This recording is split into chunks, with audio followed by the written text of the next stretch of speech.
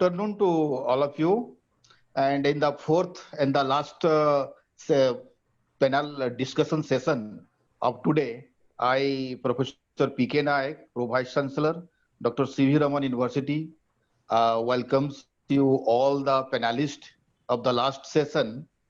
And in the panelist, we have Gaurav Shukla, Registrar, Dr. C.V. Raman University, Bilaspur.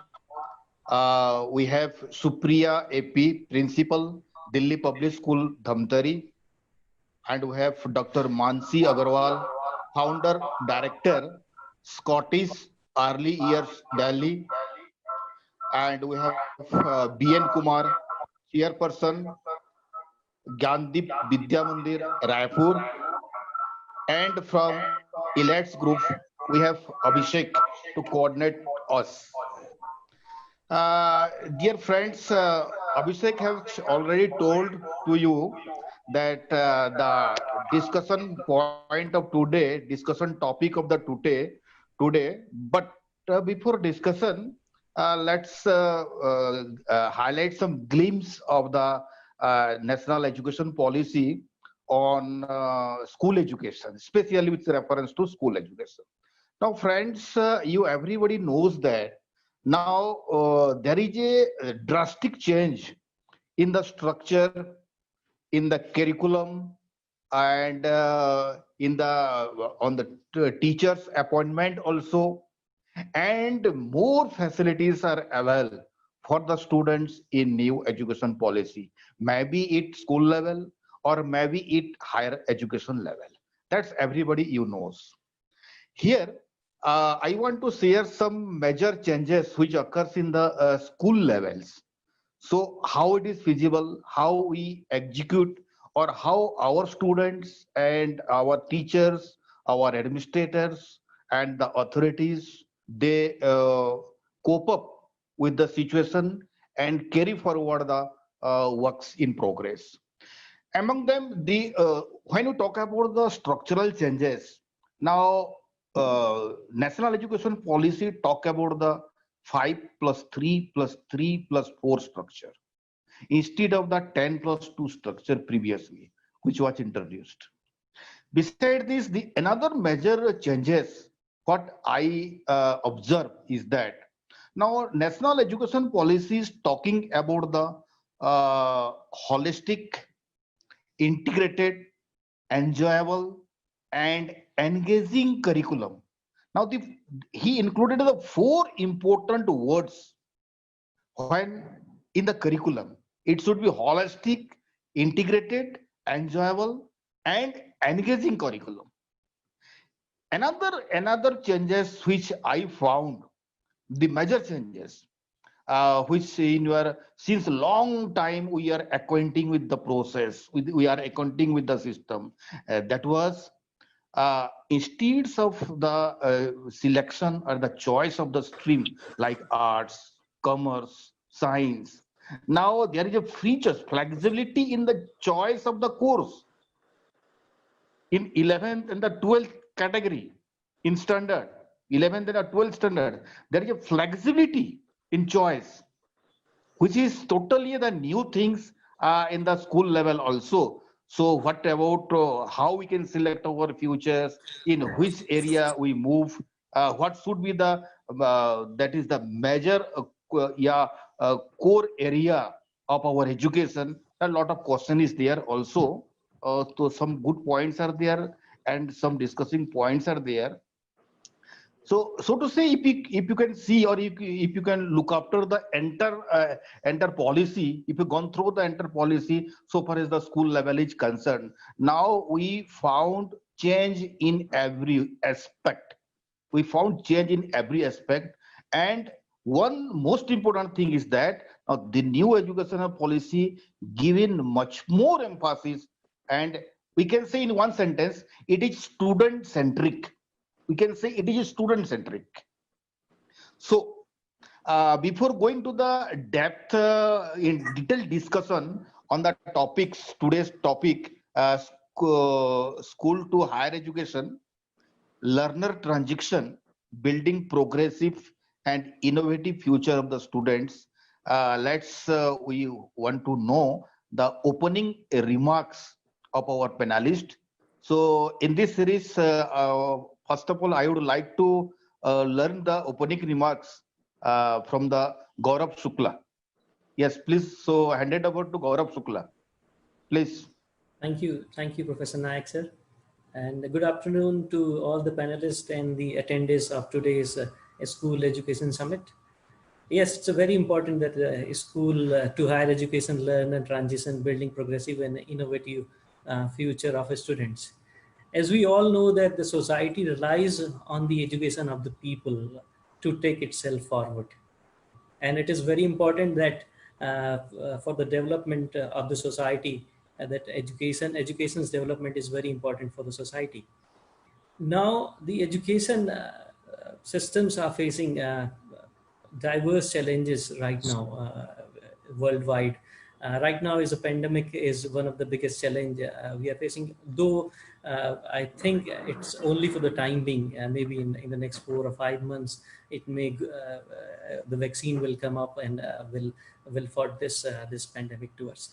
But still, from the beginning of this education system, knowledge, skill, learning, schooling has been redefined in the time to time, and it has a great actually challenges for the educator to redefine the education system for the smooth transition from school to higher education.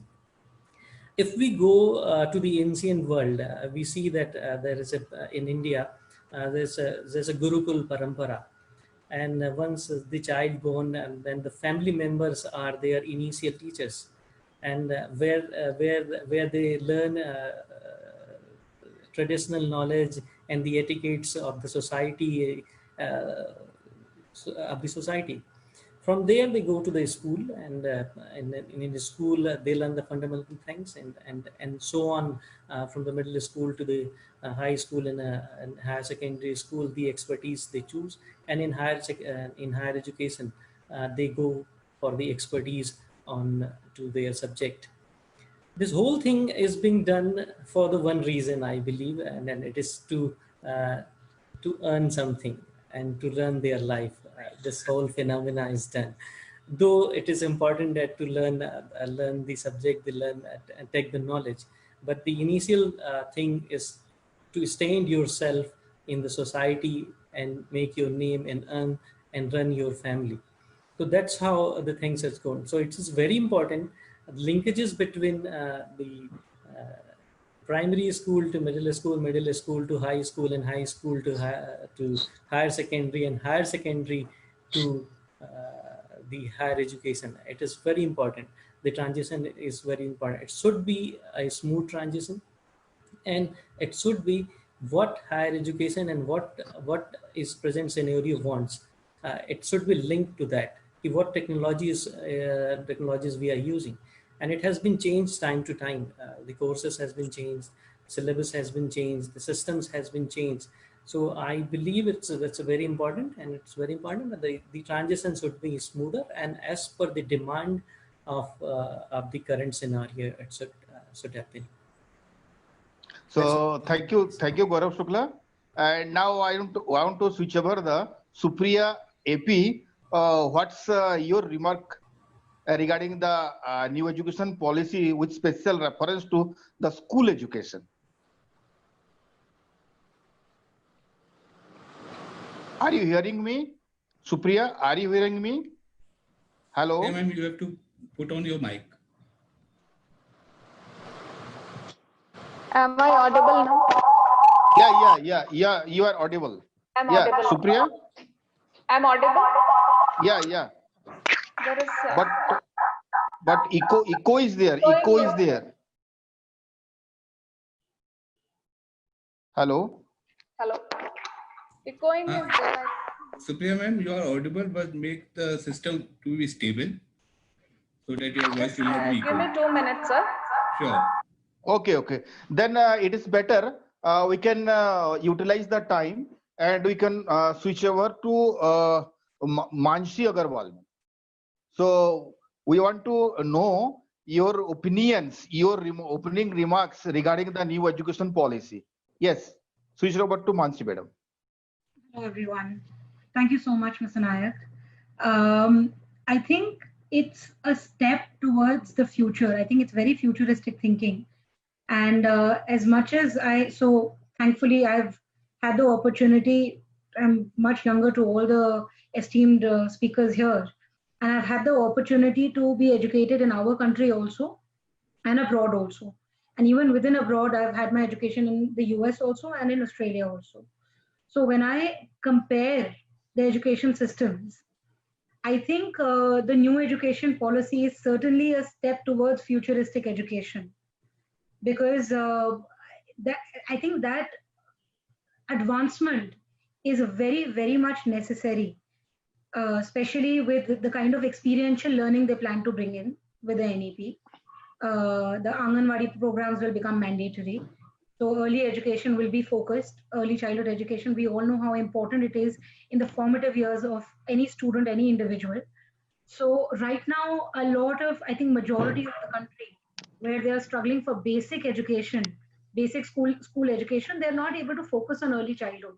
They don't even, a lot of people don't even think about the concept of education before the age of 4 years, or even sometimes 3 years, or before the age of 5 years. If you look at the masses, if you look at the majority of the citizens of the country who actually go to the public schools, who go to the government schools, they don't think about education before the age of 5. And the Anganwadi program, especially that they plan to make mandatory, I think that will have a significant, that will be the stepping stone of the thought process, and I think broadening and widening the horizon of thinking for every individual. And going forward from there, I think the option of bringing vocational subjects and not being limited to selecting a stream. I feel blessed that I have a diverse education, because I wanted to choose multiple subjects. That was one of the reasons why I went to a different country to be educated, because there was no option for me to study here psychology and marketing and entrepreneurship in the same degree per se. So I think the options open where individuals, especially in this fast moving world, have a variety of, I think, paths to choose from. So I really think that the new education policy is a step ahead, and it's going to take a lot to implement it. And I mean, there is no doubt about that. They hopefully expect to implement it in the next 15 years. So even if that can be achieved, it will be a huge step. It will be a huge leap for the country. Yeah. Oh, thank you, Mansi madam. I thought that's why the new education policy given much more emphasis upon the divergent thinking. The most important part is the divergent, the emphasis upon the divergent thinking instead of the convergent thinking. Because what you want to say, that is only possible when we have a diversified that is knowledge and diversified curriculum. So thank you. So are you ready, Supriya madam? Are you ready? Can we switch over to Supriya madam? Hello? Am I audible? Am Supriya I madam? audible now? Yeah. Yes, yes. Yeah. You Very can. good evening, sir. Nayak So- sir, Shukla sir, Mansi madam. Very good evening. And it's really a privilege to be associated with you all and having this discussion. It's really an honor for me. And see, we have spoken, we have heard, we have discussed lots and lots of things regarding this new education policy.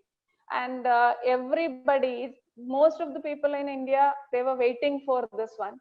So when it came out, the final draft came out, we all became so happy, because I remember before starting anything, I want to share with you a story which I read long back.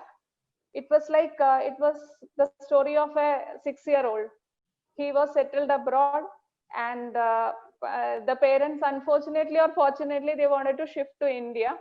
He had his preschooling there, and they, after a lot of research, after survey and all, they selected a very good public school for their child.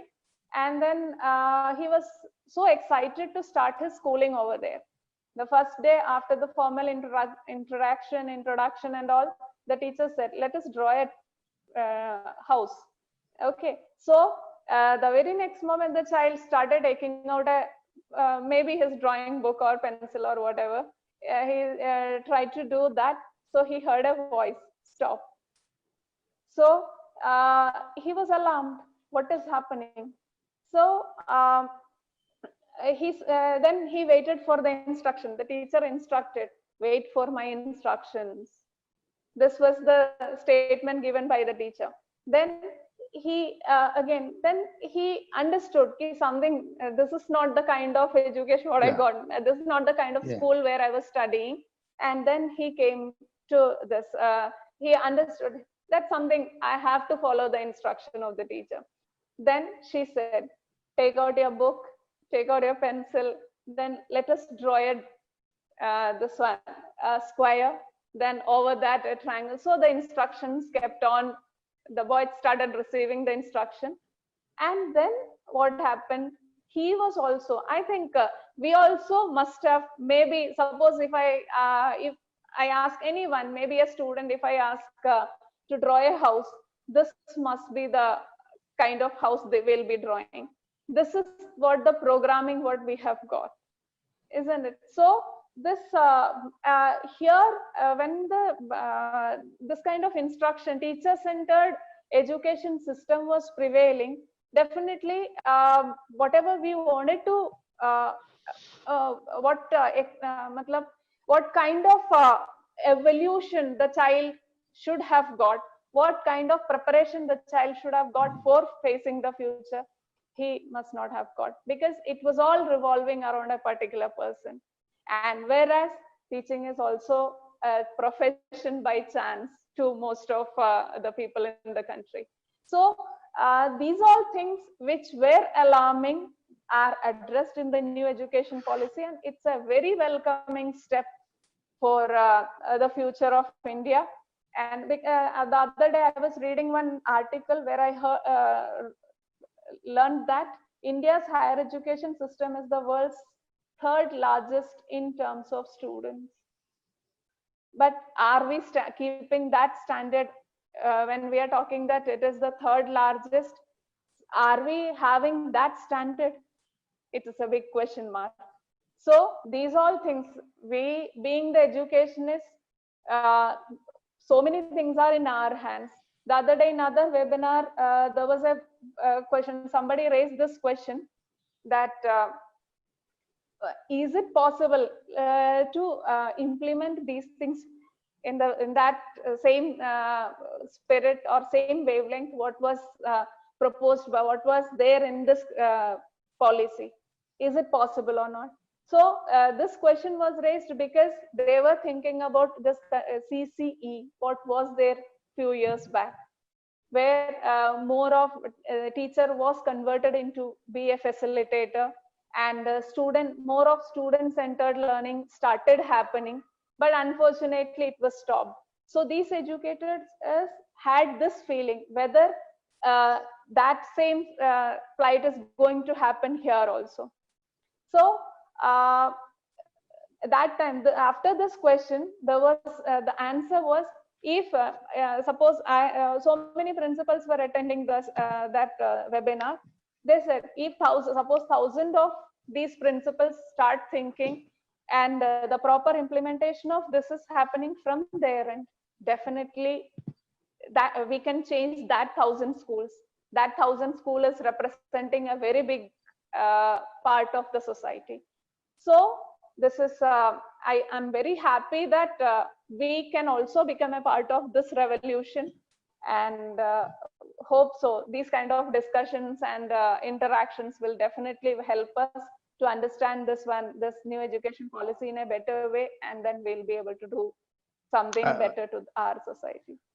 Okay. Thank you, Supriya ma'am. That's why national education policies, that's why giving emphasis upon the child-centric. It is yes, child-centric. It works upon the child, and the teachers only become the facilitator, not exactly. Instructor. teacher is not acting like as a instructor. He should, or he or she should act like a facilitator. So that changes definitely we found in new education policy, and also we hope so. But the thing is that now actually till date we all are, the parents, the teacher, the administrator, the students, all are acquainting with the previous system of education. So definitely in the initial stages we have some problems, but I thought that should be gradually demolished, that problems, and you can adopt a very good policy which can helpful, or which can helpful in the economic and the social growth and the cultural growth of our country, what I hope. Abhishek, can we talk to the BN Kumar? Can he join? Abhishek? Abhishek? He's not seen in the screen. Yes, sir. He's BN joining Kumar? in 2 minutes. Actually, he joined as a just promoting him, sir. 1 second. Okay. Definitely we all there are a lot of discussion regarding the new education policy now about the structure. What is the structure? Where now, how they can, there is no stream. There is no stream. Now we are still date we are acquainting with the stream which we are going. If you want to study the medical, now you are supposed to opt the bio. If you are going to engineering side, you are supposed to take the mathematics. Now there is a flexibility. So definitely in the initially now it becomes the very awkward step, or the awkward position for the students and the parents, and the now this something big change will occur at school and the higher education level. That is the preparation of timetable, because the timetable should be prepared in a flexible manner. Now in the previous there was a fixed timetable. Now if you have to attend, so something will be, definitely we have to face the problems, but we should keep ourselves ready to face the challenges, so that we can accept, so that we can in a proper Madam Mansi had said smooth administration, and Gaurav sir has also told the very smooth transition. So how smooth transition will be possible? Now, if we can support, if we can cooperate, if we can make them understand to our students, the parents, then properly communicate with the administrator, then we can smoothly run the new policies, what I hope. So,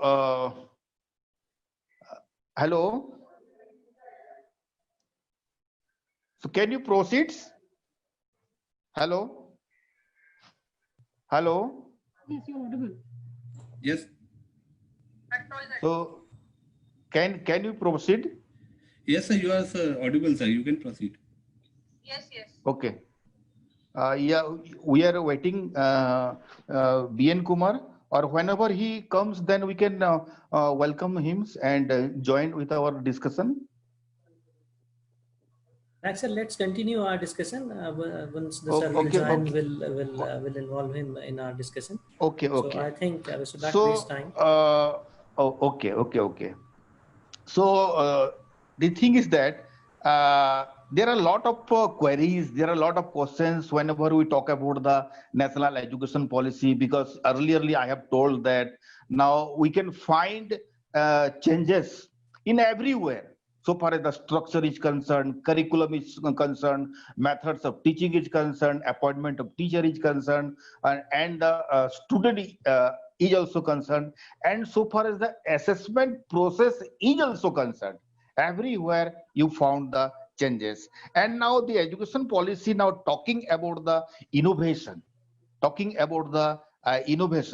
So my question is that in this panel, what innovation in education is so important in the current scenario? Madam Mansi, this is the question for you. First, I put that questions to you. What innovation in education is so important in the present scenario? what you want to look and what innovation you want to introduce in the school levels? I think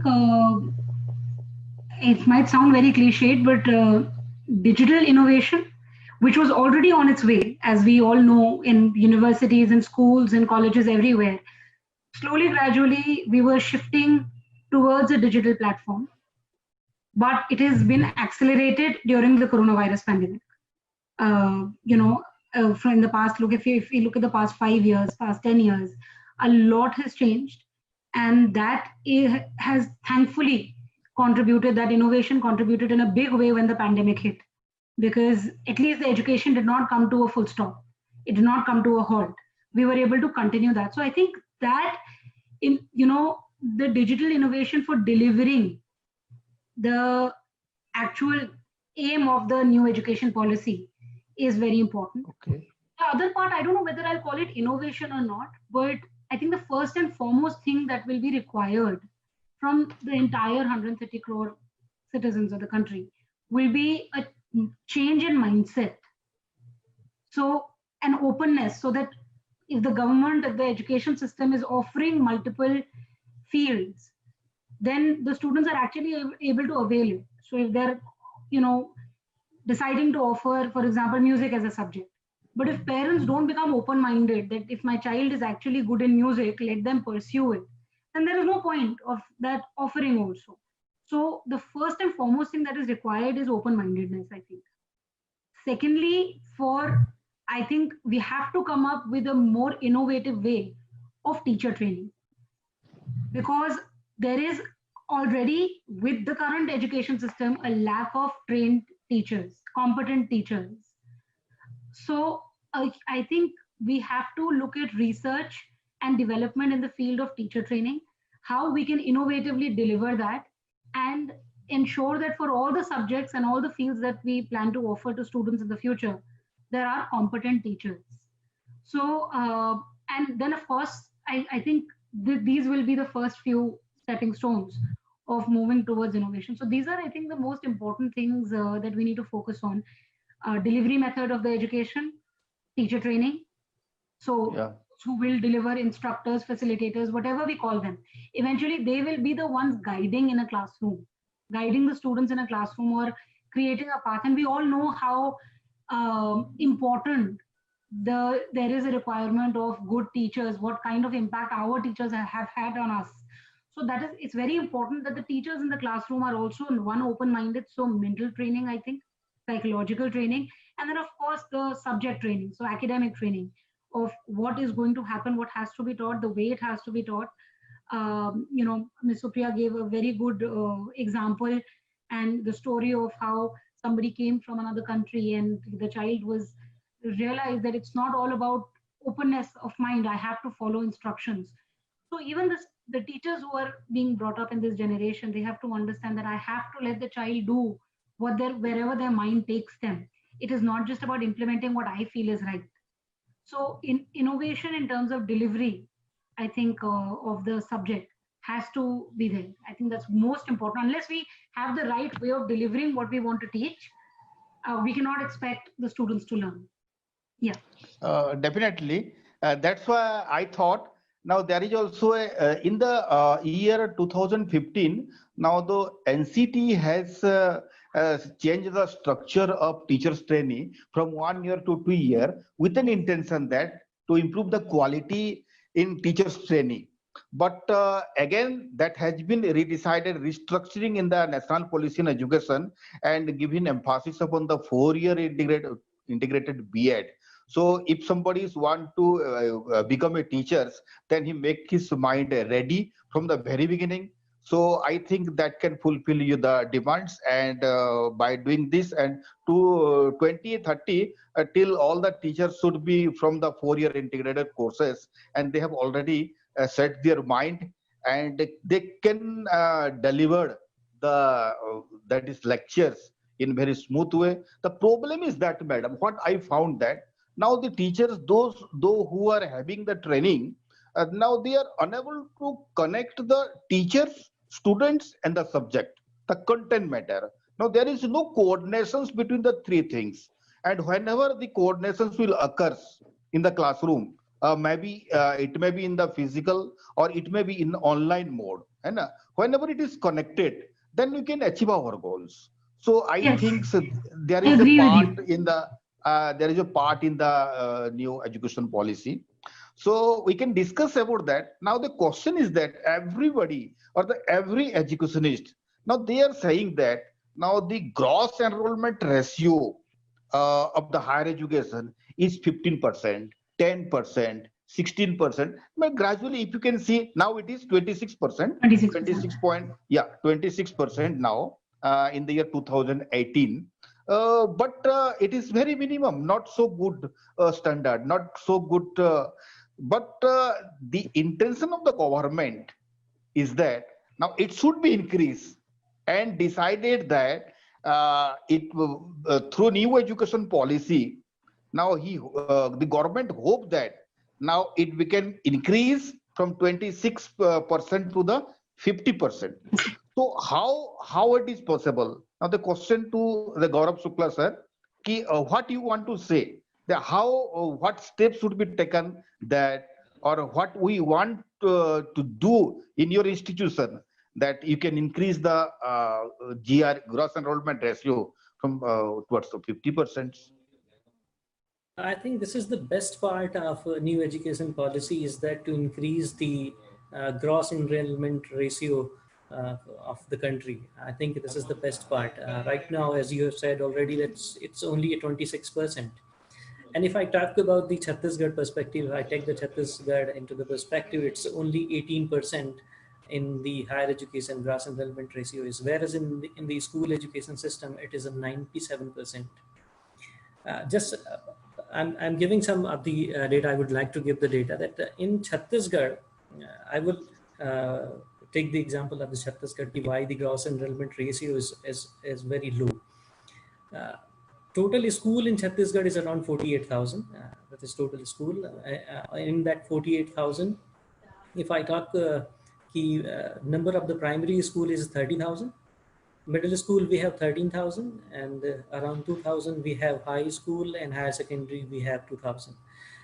So see that the primary school is more. That means after the primary school, there is again dropout in the middle school. And after the middle school, there is a dropout in the high school, and there is again dropout in the higher secondary, and a huge dropout in higher education system. Total student in a school system in Chhattisgarh is around 39 lakhs. And if I talk about the higher education, it hardly 5 to 6 lakhs. So there is a huge dropout from school to higher education system. And in the state like Chhattisgarh, where it's actually basically a tribal state, where the category, if I see, the SC has 14% and ST has 28%, OBC 48%, the population is going into the school. So if you see all this thing, you need to reach out there. And that's what Dr. C.V. Raman University has understood in 2006, way back in 2006. And we have opened our organization has opened this university in the tribal belt in 2006. Since then, we have stopped people going from metro cities and the other state. Students are getting the better education in Dr. C.V. Raman University in the tribal belt. It's a very remote place. In 2006, we are providing them the high quality labs.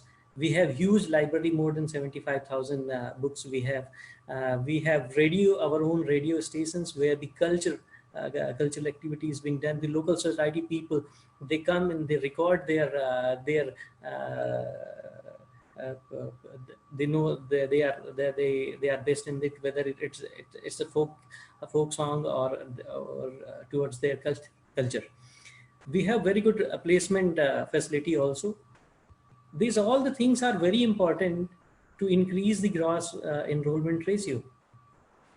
I'll come to the first question again. What innovation in education is important in current situation? Yes, technology is very important. I'll relate to this to gross enrollment ratio. Technology is a very important. Teacher training is also very important, but I think there is another thing which is very important to understand what quality and what reason we are in, and what the speciality of that particular region is. If I talk about this Jahangir and Chapa, they have the silk and kosa and all these things. So we should have the institute like that in that area that they enhance their quality, their skill. If I talk about the Bursar, they have a very good Bursar art, but if we'll not preserve them, if we'll not enhance their quality, it will vanish. And after few years, we will thought of कि yes, ये होता था वहाँ पर, अब नहीं हो रहा.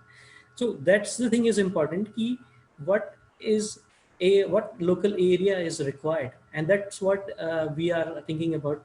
This new education policy will bring in the country.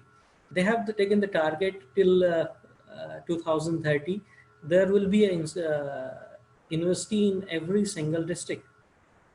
This will make education easier. In Chhattisgarh, people are very hesitant to go outside the other state.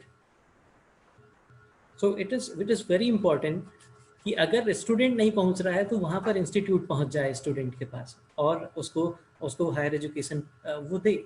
तो ये जरूरी है. It is very important. That's the best part of it. The standalone institution will convert into the multi-speciality institution. This will also bring, they will give the more option to the student to join in the higher education. Apart from that, it is very important to provide the employability. Right now, what is happening, if you are into the conventional study, if you do the BA, BSc or something, you suddenly find out that there is no job. There's no job. That's why the skill part is coming into the new education policy. We have Pradhan Mantri Kausal Kendra in Dr. C.V. Raman University, on which we give them the skill, we learn them the skill portion, whether it is an electrician or the tractor operator or the data entry operator. These are the basic thing required in the society. So it is very important to understand the requirement of the region, and the institute has to reach to the student. So education policy is coming up with this, all the things that the student will learn vocational courses from the class 6. They will be learning coding from the class 6. So I think this the challenges is very high, how this is going to be implemented. But I think the result will be definitely will be a much pleasant, and I hope that by the 2035 will have more than 50% gross enrollment ratio in higher education. Okay, thank you. That's why the new education policy talks about the skill learning, and saying that the skill should be the integrated part of the curriculum. The skills should be the integrated. Now the intention was not to get the degree, but to all the degrees holder must have some skill to do something. That's why we can solve the employment problems. Now employment is there, definitely. Number of vacancies are there, but we are not getting the right persons to do that work, do that job. That's why there is a problem. What I think, so that this thing also highlighted in the new education policy, and also giving emphasis upon the vocational education. Vocational educations give emphasis. So now I think we have BN Kumar sir. Hello, are you listening to me? BN Kumar sir, I have seen on the screen since few. BN Kumar sir. Yeah. Sir, we want to know the opening. Sir, is there, but is not able to connect with voice. Okay. So I think, sir, you move. So yeah. You connect, he will respond. Okay. We can proceed.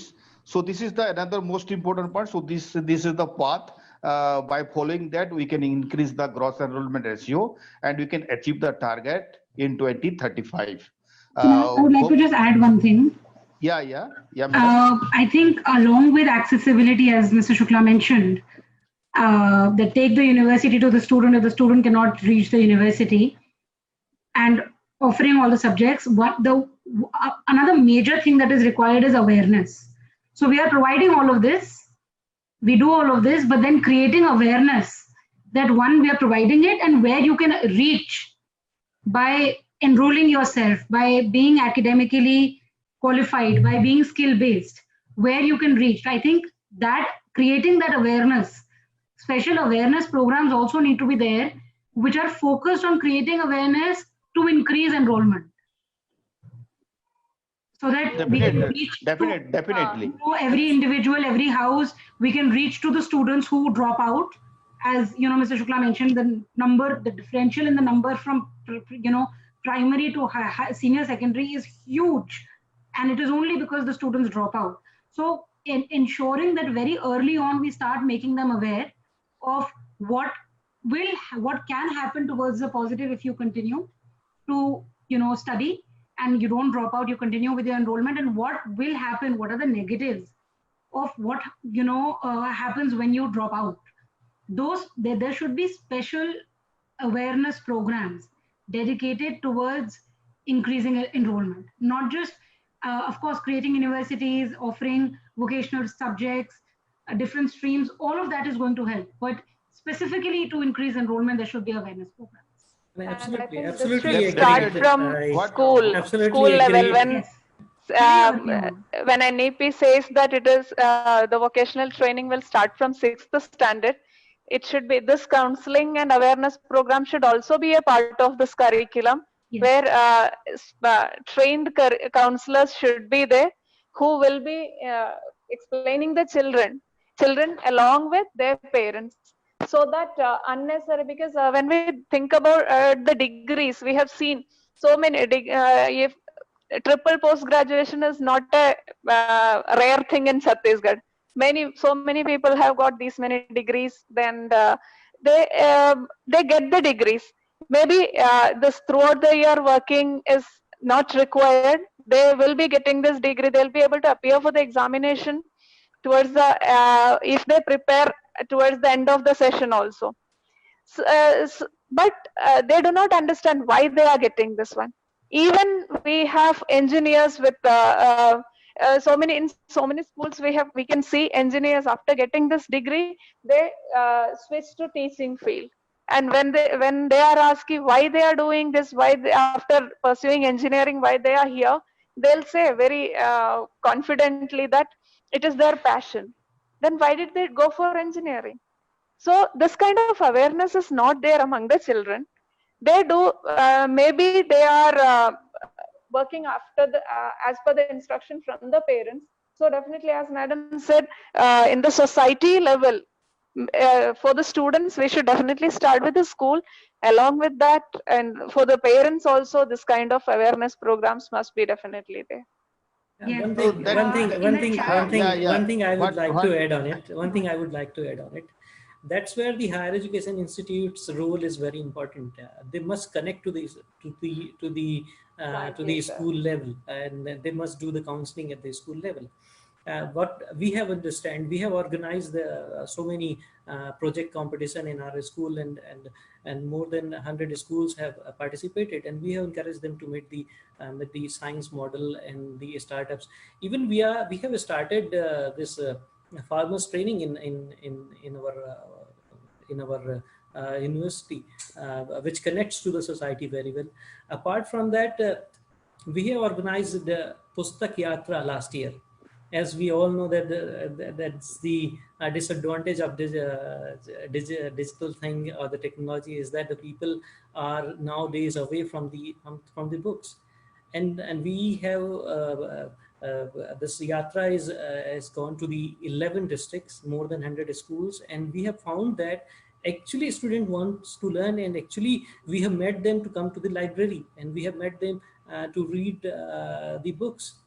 So it is very important that the higher education institute counsel there's a school education, and there must be hand-to-hand coordination between a school and the higher education institute. So, I think so, it is so also a very important thing. definite. So bridge must be there. Bridge must be Absolutely. there, and strengthened bridge should be there between the school and the higher educations. If we can link with the school education with the higher education, definitely you can motivate the learner to switch over to the higher education, and simultaneously we can increase the gross enrollment ratio in the higher education. My next question is to Supriya ma'am. Do you think that uh, is job-oriented curriculum in school is need of the hour? Yes, definitely. I feel this because we were simply thinking about information gathering, whereas this information is available at the tip of their fingers, no? Yeah, From Google and all, it's all available. When we talk about the practical aspect of it, suppose if after engineering we can say, how many of our engineers are really having employability skills? There is a big difference between having the theoretical knowledge and employability skills. So whenever these children confront the practical aspect or the real life situation, they are unable to solve anything. So this employability skills are to be focused upon. For this employability skills, this general degree is not sufficient. Why should they get a BSc degree? For what is the purpose of getting a BSc in chemistry? That they should understand, and then they should go for this one. So this in the NEP it was said bagless days will be there for the children from 6th standard onwards. Like suppose carpenter or any kind of job oriented courses, they will be reaching to those people in their own places, and then these children will get some training from there. So after completing their 10th standard or the schooling, definitely they will be having some skills to earn the living too. So otherwise acquiring degree, getting a certificate, these people are just roaming around with these certificates, saying that there will be a huge statistics. These are the degree holders in our country, or these many degree holders are there in our states. But are they employed? Are they able to get some employment, or are they directed properly towards which course they should get, so that they'll be getting a job? This job oriented courses, somewhere it is missing. Definitely there are these professional courses, many places these professional courses are making these children able to making them become successful in life too. But we have to consider these so-called poor performers in the school. We used to say, no, like those who they are top rankers, and their victory is so much celebrated. But what about these students, those who are so-called, I should not say poor performers, but so-called poor performers, what they should do? Okay, so for that, this regarding this, should take care of. Okay, definitely. So, Mansi madam, what you want to add on regarding this? Mansi madam, are you listening me? Please unmute. Please unmute your. I'm not able to. Are you listening me? What you want to add on the discuss? What you want to add on? Okay. In the comment of Supriya. I think I definitely I agree with what she's saying, that you know, it is very, very important to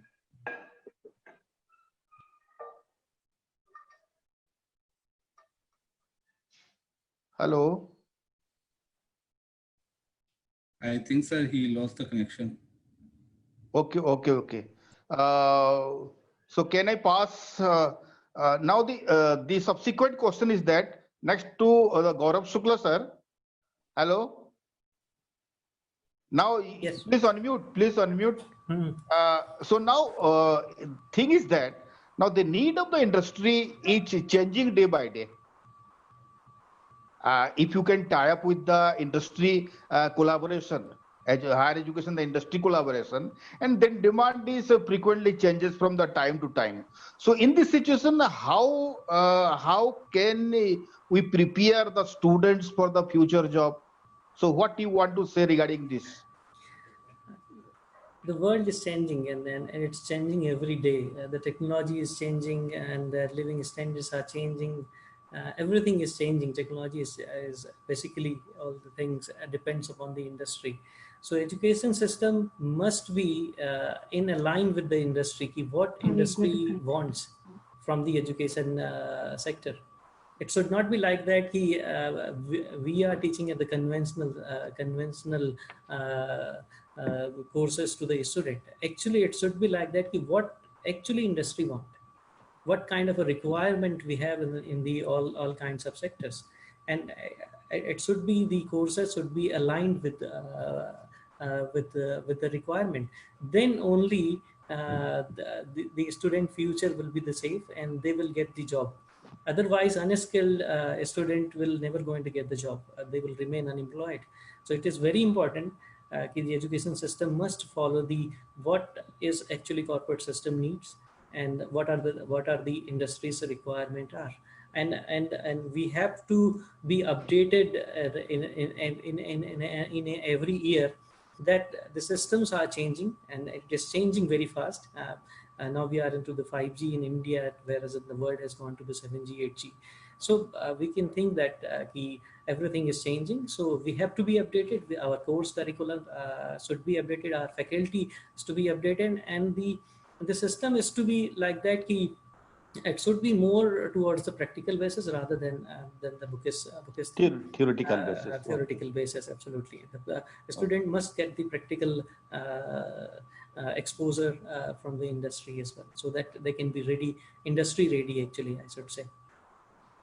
It means one thing comes from this discussion, that now the higher education should redesign the courses as per the changing demand of the industry. It should not be stereotyped, or we should not follow a fixed that is courses that we have to implement, or we have to run these courses. Now, from time to time, as per the demands of the industry, it should be redesigned. It should be incorporated the new things demanded by the university, definitely. So I thought that's why now from the very beginning, now the national education policy talk about the internship from the class 6 level, class 6 level, and they should be acquainting, because whenever it is directly or indirectly related with the job, that is job respect among the students. Now the parents, if you can, if there is 100 students, and if you can ask the questions, then maximum questions, the answer should be that I become the doctor, I become the engineer, I become the some administrative. They all are wanted that wishes to do the white collar jobs. And I think the national policy on education and the introduction of the internship programs, they can develop, they can aware them to respect the dignity of the laborers and the workers, so to say. And that is the things. So the next thing comes from this discussion is that now there is everywhere there is a changes. In every aspect there is a changes. Again, I am repeating you, everywhere there is a changes. So in this situation, and I can pass these questions to all the three panelists, that what should be the role of a teacher? What should be the role of a teachers in building the progressive future of the students, so far as the new education policy is concerned? Yes, Mansi madam, you want to say? Yeah. I think the teacher plays a very major role. I'm really hoping that with the new integrated B.Ed, every teacher will be qualified to be a counselor. Because if there is somebody whom both the student and the parent actually trusts, it is not some outside counselor who comes once a year or maybe once in 5 years. Like right now, the counseling happens in grade 9 and grade 10 to choose what stream a child should take in 11th. So I don't think that that counselor says has as much weight as compared to what the teacher says. So number one, the teacher plays a very major role. I think every teacher should be in one way or the other a counselor. I think parents need to be guided on very early on and at a very early stage as to what are the possible options. There should be special sessions in the school. There should be free psychometric tests and regular, because as we know that nature versus nurture, as we are nurtured, we grow up, our skill set changes, our interests change. So there should be regular psychometric tests at different levels. And parents should feel that there is an incentive in doing what they're going to do. It should not be that there is no incentive in taking other subjects also. So of course, going back to creating awareness of what future options they, children have. Also, I think, as you mentioned, internships are an excellent step, that too very early on, for children to understand what should be done and what should not be done. So we see so many engineers going eventually and doing an MBA. We see so many students doing, medical, and then eventually going doing an MBA, and they waste so much of their time and effort, because it takes a lot to complete medical, to get admissions in an engineering college. They waste so much of their effort in going through that process. So I think internships are going to largely help them in experiencing what interests a student. I think and integrating subjects also, I think it's a very new thing. Between the integration of the subjects and internships, it will give a very good exposure to every student about what they should do, what interests them, what they can be successful in, what skill they should follow. So these are, I think, a few things that, of course, as we're discussing, they're excellent about the new education policy, but need good focus on. Then, of course, if children need to do internships from 6th grade onwards, then the availability of the correct internships for all the students. Also, because creating those kind of internships is also not easy, which are in a safe and secure environment, which are not just, a photocopying job. It is an actual experience into what it will lead to for a child if they pursue that field. So I think the government is doing a great job. They're creating opportunities. But as schools, as universities, as colleges, it is our responsibility also at an individual level to focus on each of these aspects and deliver the best we can. So yeah, that's it. Okay. Supriya madam, what you want I to wish add? to add. Of course, Okay. teachers are one of the most important pillar of this education system. But when the teachers become teachers by chance, these all things are not at all fulfilled. The teacher should be teacher by choice. If the teacher is teacher by choice, then I think all these, whatever holistic development has to happen in the students, it will be safe in the hands of the teachers. So teacher training is going to play a major role. Unfortunately, in Chhattisgarh, what we are seeing is teachers are having BA degree, but how many of them really worked? How many of them really attended the classes? How many of them took, maybe they have gathered information regarding the theoretical aspects of this teaching that they might have gathered from some books, or the keys what they get just before going to appear for the examination. But if they really want to become a teacher, they should start after their schooling, the college, from the beginning itself. They should understand, like madam said, that the counseling must be a part of this one. So that so definitely they are going to do if they are getting a proper degree with if universities ensure that students get degree after they attend the course regularly. Now here all these things are possible. I don't know, I have grievance in this aspect, like universities are allowing private candidates, no, they are not attending the college, attending the classes, and they are able to get the degree after appearing for an examination. So it is again the theory part what they are getting, not the practical aspect of it. And in the new education policy, lot of emphasis is laid on this experiential learning. It is going, and some integrated approach towards this subjects. So these all things, if the teacher is able to incorporate in their teaching method, earlier teaching was to explain the things and then make the children mug up and then make the children ready for examination, what they are, what questions are set by the teachers. This curiosity is never developed in the children, because that though we try to extinguish. If the student asks some question, we used to say, just keep quiet, listen to me, listen to my explanation, do not attempt any question unless I say. These kind of approach used to be there in the school, whereas we have to have a student centered curriculum where teachers will be the facilitators, where the teachers will guide the children wherever they are. There should not be anything right or wrong, everything open it should be, and the children should be guided properly.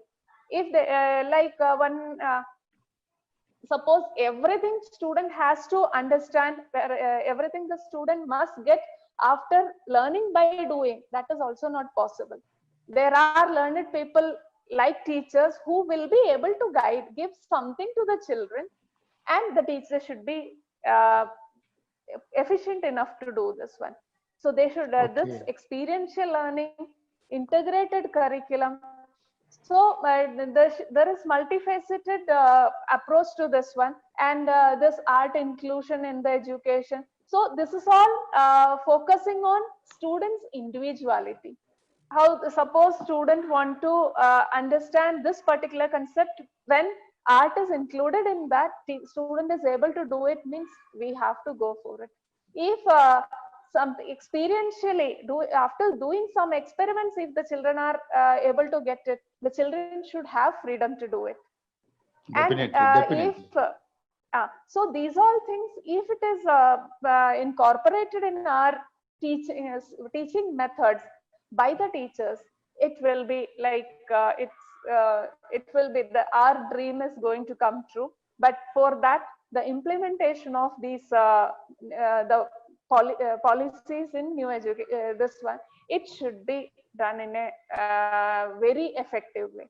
And because the new education policy draft, it has shown us a dream. It has taken us to a very different level. Those who are thinking about the future of India, thinking about the children, it has definitely taken us to a very different level. Now we are all looking for what is going to happen at the practical Definitely, aspect, definitely. that ground So- level, what is going to happen. Oh, definitely. So Gaurav sir, do you want to say something regarding this? Yes, the teachers are always important. From the ancient India to Dronacharya se lekar ke aaj tak, the teachers will always remain in a very important person for building progressive future of a student. And there is only one thing, that the teacher must be upgraded, and that's the institution's responsibility to give all kinds of training to their teacher and make them updated as per the demand, or as per the present scenario. That's the only thing is required. Then only will train and we can shape the students' future, and it's very important. So teachers will remain always a very important in any time. So being a teacher, definitely I want to add one thing. Yeah. If you see the back, and if you see the present and vision the futures, till date, number of changes has been occurs. Now, digitalization has been incorporated in the field of education. Digitalized world is there, but what I feel that nobody can take the place of a teacher. Teacher is always teacher.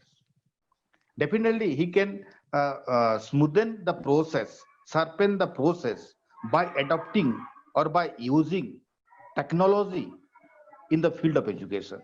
Anyway, that's why in new education policy, now integrated B.Ed should be incorporated and give it much more emphasis upon the integrated B.Ed. And in future, all the stand-alone training college should be closed down, in future, and on that places they are supposed to run the multidisciplinary subjects, and they are emphasis upon the integrated B.Ed. Another thing is that now till date the all the teachers now they are acquainting with the traditional method of teaching. Traditional, just they prepare the lessons, they enter to the classrooms and taught the students. And if you can observe the number of classes, now the students act like a passive learner, passive listeners. So another important things in the national education policy is that giving emphasis on the experiential learnings, experiential learning. So the teacher has to update it.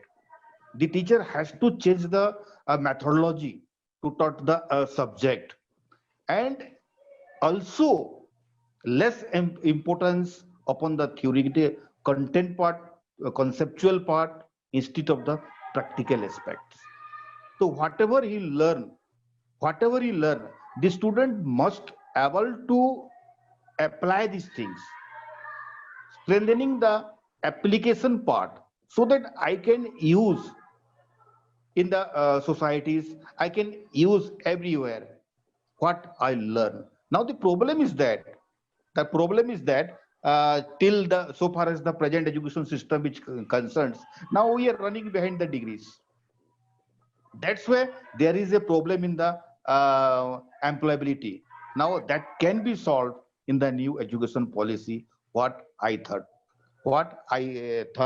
And beside this, the new education policy, though definitely it giving much more emphasis upon the holistic education, holistic method of teaching, integrated methods of teaching. So all these things, now the teacher has to play the most important role. The teacher himself or herself has to update it and acquainting with the new policies. So far, the principles of all the educational institution and the principles of the higher education institution, they should discuss among them, among their teachers, to create the awareness among their students. Now, one point I found from the national education policy, that he talks about the 360-degree multi-dimensional assessment. The national education policy giving emphasis upon the 360-degree multi-dimensional assessment. So, what do you want to say, Madam Supriya, about the 360-degree multi-dimensional assessment? So far as that 11th, particularly 11th and the 12th each concerned. Sir, again, this takes me to another story that everybody must be aware of it. Like so many animals are standing and they have exams. Zebra is there, elephant is there, monkey is there, even a fish is there. Definitely. So when he was, the question to this exam was declared, and the question was, they have to show their skills on climbing the tree. Who is going to win? Definitely the monkey. The monkey. And others will be considered as fail, isn't it? So this is the problem with this used to be the problem with our education system, where children are not assessed on their performance, their individuality. Somewhere we forget. We always focus on fetching marks, and we celebrate the victory of those children, those who are getting 100 out of 100 or 90 out of 100, and we forget about the capabilities and talents. What is there in the children, those who are maybe they have scored 30% marks, but he is a very good singer. Nowhere it is mentioned. He is very good at drawing, which can become the means of earning for him. That also we forget, but we just focus on this mark. So suppose here the teacher again will play a very major role. Teacher should have overall the observation of the teacher is going to play an important role. They have to give so for that, if proper rubrics are there, the parameters are there, then definitely we will be able to grade the children on all the aspects, on whatever abilities the child is having. So once the child is going to pass out from one class to the other, once he is going to be promoted from one class to the other, then he along with him he will be carrying a book of his capability, whatever is his talent, whatever he is able to do. So this individuality is taken care of, and then that will be given to the next teacher, where these all aspects can again be catered to, again be nourished, and then he will be empowered with proper whatever is required. So this 360-degree evaluation of an assessment of a child is very, very important. Many times it is happening. Definitely. So what you want to say, Mansi madam, regarding this assessment process? Yeah, I agree with Ms. Supriya, and I appreciate the NEP for bringing this change, because there are so many students in the time that I've also counseled, so many adolescent students that I know, especially as you're discussing the senior secondary, who are super intelligent. They are very high on intellect, but they are horrible standardized exam takers. They just don't do well on the standardized exams. So the fact that the new report card is going to reflect in great detail the progress and the uniqueness of each learner in the cognitive, affective, and the psychomotor domains, I think that is really going to help us better understand the child and analyze also, because like Ms. Supriya said, right now our we form judgments based on the fact that what did the child score out of 100, and Definitely. that is not what somebody is all about. So as you had also mentioned in the beginning of this session, that what is happening in big companies like Google, where they're hiring students which are not even graduated from school based on skill level, that they're able to do because they have their own tests, they have their own entrances, they have their own ways of analyzing what the understanding level and the intellect of an individual is. So I think this new system of reporting, the entire, I'm sure all of us have seen what the report cards are going to now look like starting from 2022-2023 session.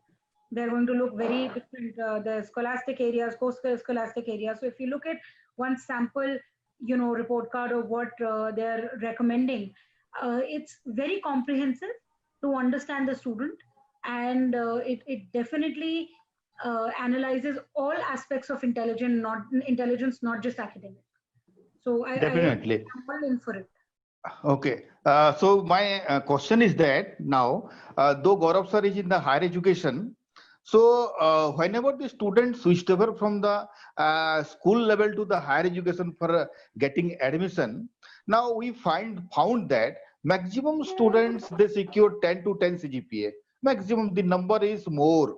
And they are getting 10 to 10 CGPA. So what is the necessity if the present assessment system, in the present assessment system, now the students getting 10 to 10 CGPA, it means we are achieving our goals, we are achieving our academic achievement.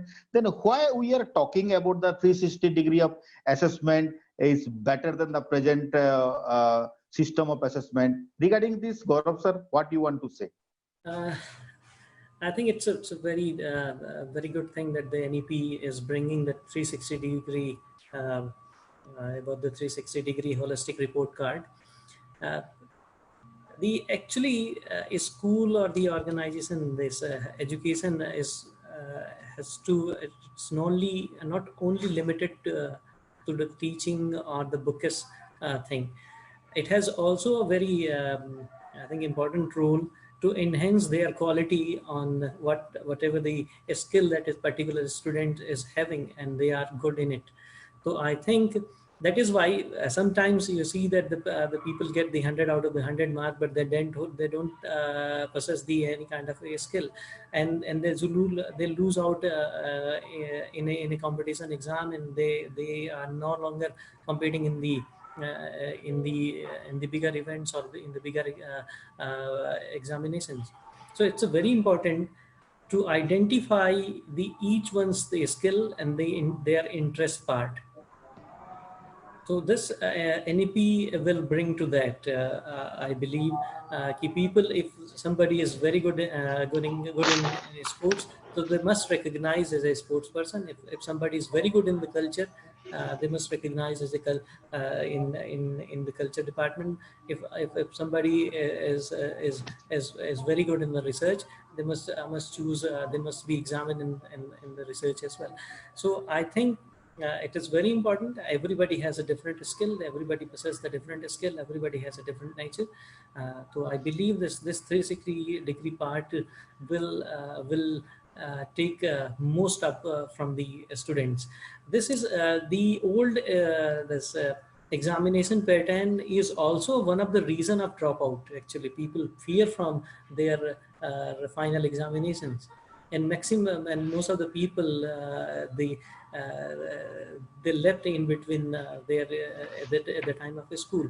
So I think this will remove the fear, and people will be more joyful. If you get maximum out of any person when he enjoys those things. So this is I think it's a wonderful thing that the NEP is bringing out to the student. Definitely. Actually, that was the one of the concept of curriculum, that we should enjoy the curriculum. The curriculum should not give the burden to the students. What we feel nowadays, now it should be enjoyable, so that our creative abilities, so that our critical thinking ability, reasoning ability will be developed. What I thought that nowadays the students are studying with a certain pressure, and that should be abolished in the new education policy. And the root memory assessment should be discarded in the new education policy.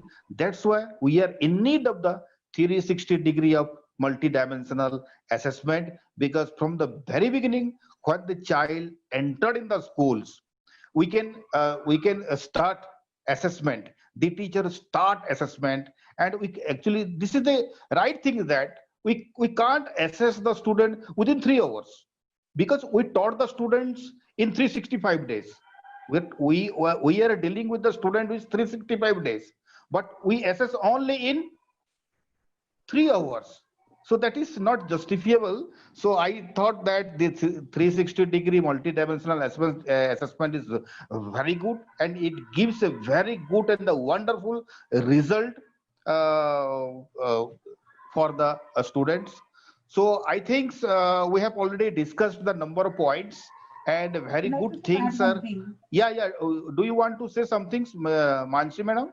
Yeah, I just want to add that I really hope that the integrated B.Ed also focuses on some kind of mandatory 1 year long or 8 month long internship for teachers, the way doctors have residency. Similarly, so that you can't teach experiential learning unless you have experience yourself. No, definitely. By 2030, integrated B.Ed, the appointment should be based on the integrated B.Ed. Now it has been on the new education policy. So we hope that now because now this is the policy. The implementation part is not clear yet. Now that has been the regulations is going to be prepared, and when the regulations are come forward, then definitely we can clear the each and every stage to conduct the 4-year integrated B.Ed programs, and also giving emphasis upon the quality in not quantity but quality in the educations. So what I want to say here, that very good things are come forward from this discussion, and definitely it is much more useful for the students also, for the teachers also, for the parents also, and for all the administrator also. And this new education, we all are hoping that the new education policy is it bring the bright future for our students also. So I thought this is a welcoming steps. Welcoming steps, And I once again, I thanks all the participants. They have deeply involved in the discussions and sharing their views and their Sir, I consent. think there is a question Yeah, in the yeah, yeah. chat box. I could see a question regarding 5 plus 3 plus 3 plus 4. Yes. There is a confusion in that, I think so, to that. Actually, 5 plus 3, 5 plus 3 starts plus. with nursery. So Yeah, 3 yeah, yeah. years of preschooling and 2 years. Standard 1 and 2 is that 5. Then 3 is 3rd, 4th, and 5th. Then 6th, 7th, and 8th is the next 3. And Yeah. 9, 10, 9, 11, 11, 12 is 11, 12 is the 4. so That 10 is plus 2 system that is going to remain with some changes. And there is the preschooling, early childhood education has been added to this one. And not okay. just There that, is regular slight, assessments. Not just slight that, regular segregation. assessments have been added at Yeah, yeah. grade 3, at 5 and 8. They will be added. So the regular assessment will be a huge part of that. Yeah, yeah, yeah. That is the small segregation is there, and they add on the pre-primary, pre-nursery, nursery, LKG, and the UKG, class 1 and class 2. The 5 years content 5. So that is the restructuring That is the of the new education policy. So there is no confusing, but very good discussion is happening today, and very good things are coming out from our discussion, and it will help. So we should all take care to our students and also teachers, and motivate our teachers to follow updated themselves so far as the new education policy, so far as the methodology, so far as the assessment, and so far as helping their students to select the course, and they can play their role in a best way. That's I hope. Thanks. Thank you all Professor of you. Sir. Thank you, Professor Thank Sir. you Very so much, well sir. moderated session. Thank you all. Thank you, Gaurav Sukla Thank Sir. you, Thank you, Elax. Dr. Mansi Thank you. Ma'am. Thank you, Thank you. Supriya Ma'am. And I request all my participants, if you have any offline question, you can take it offline also, and you can follow all our esteemed speaker on their social handle as well, so that you can drop your question directly to them so that they can answer it well. And if you want to take it on the email perspective, you can drop the question at education@digitallearning.in. So we can directly forward that question to the esteemed panelists so they can revert, we can forward you directly. So by this session, we were closing our last session, and it was a wonderful interaction, well moderated, Professor P.K. Naik sir. Thank you, sir. Maximum topic covered, well elaborated by Supriya ma'am, Mansi ma'am, and Gaurav Sukla sir, well perspective from the higher education domain. So by this, we are closing this School Leadership Summit Chhattisgarh version. Thank you, participants, for attending the full day summit. Thank you, dignitaries. Thank you. Namaskar. Okay. Thank you. Namaskar. Namaskar. Thank you so much. Thank you.